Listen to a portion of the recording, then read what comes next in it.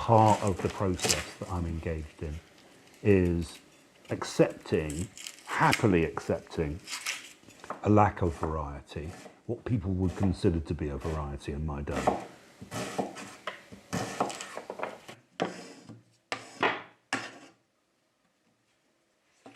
It's what I've been heading for, which is a really balanced diet.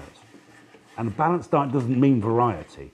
Balanced diet doesn't mean lots and lots and lots of different things. A balanced diet is one that's got the right amount of starch, one that's got the right amount of carbohydrate, one that's got the right amount of protein, one that's got the right amount of vegetables and minerals and vitamins in it. That's what a balanced diet is.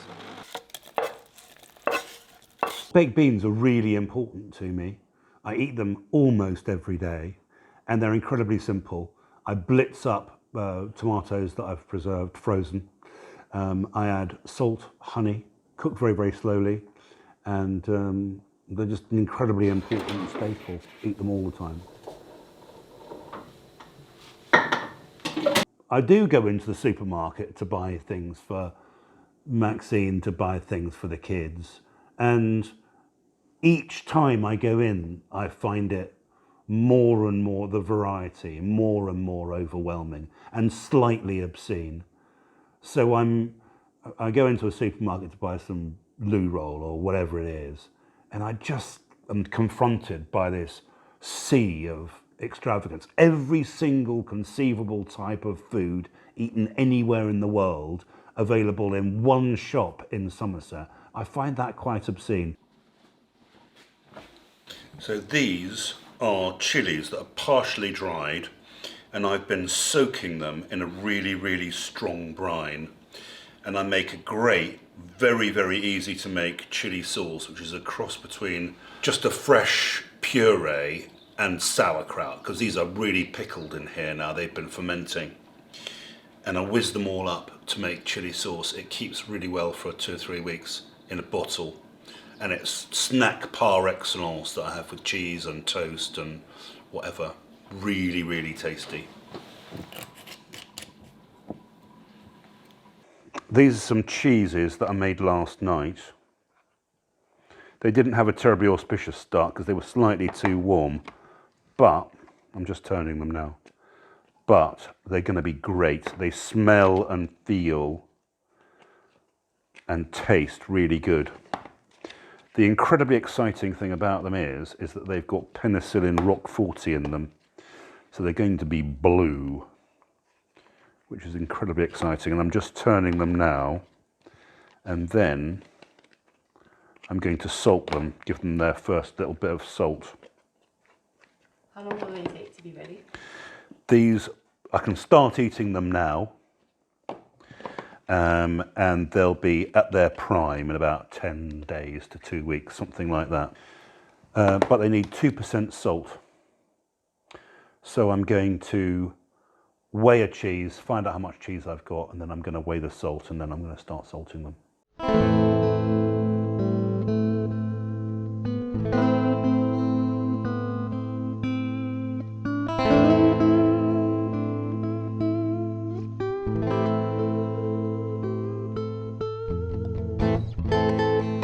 So having killed 2 pigs at our local abattoir, I'm back at my friend Paul's butcher's shop. I could do all this myself, but Paul is a master craftsman, and my desire for my first bit of bacon in 4 months is starting to overwhelm me. I don't want to muck about, and so speed is key here.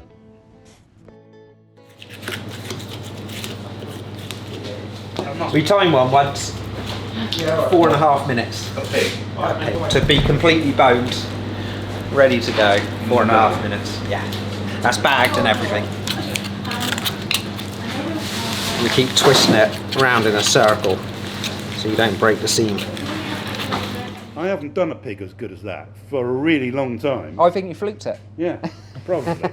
No, saddlebacks, I mean, one thing with saddlebacks is they carry a lot of fat. So I think done really well to keep the fat conformation at quite a low grade for a saddleback. Yeah. And you also got a nice eye out of it. Yeah. So meat to the fat ratio is really, really good. Bacon is a very simple process. It's salt, and that is all you need. And let the meat do the work. And let the meat do the work, yeah.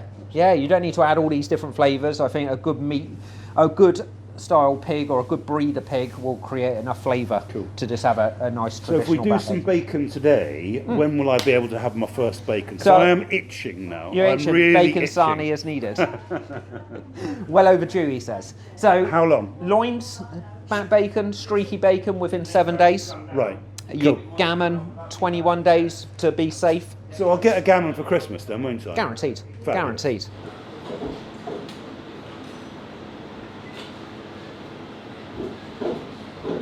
People make all sorts of fuss about curing bacon.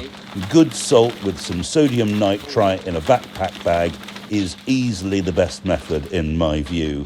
It cooks well, tastes good, and it lasts for ages. I can't wait.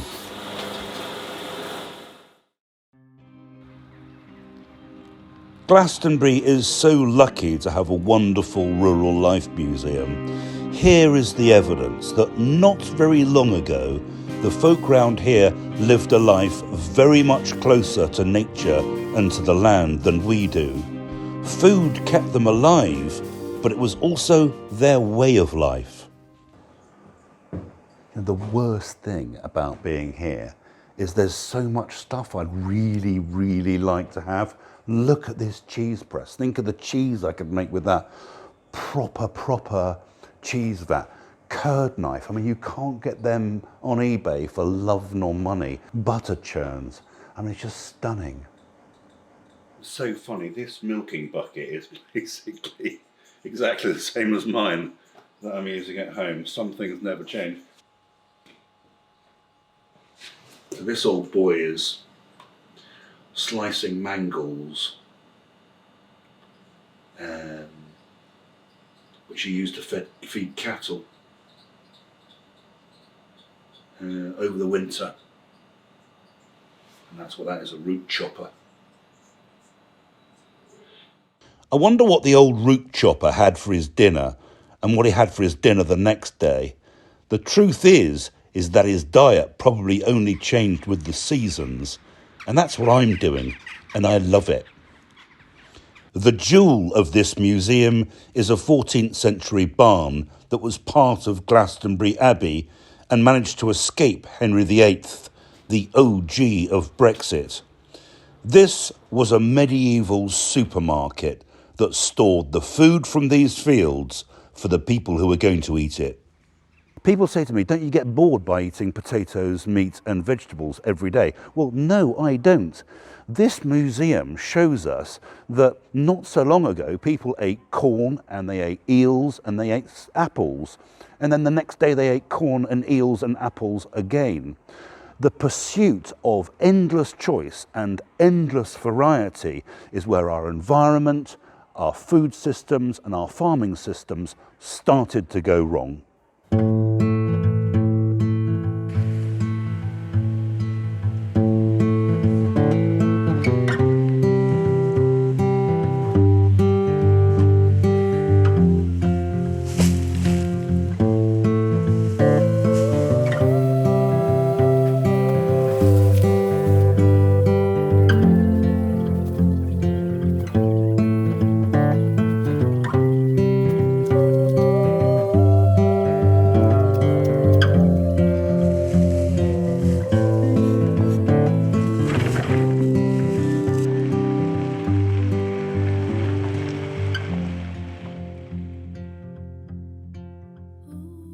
I am just pulling it out, taking the straw off the barley,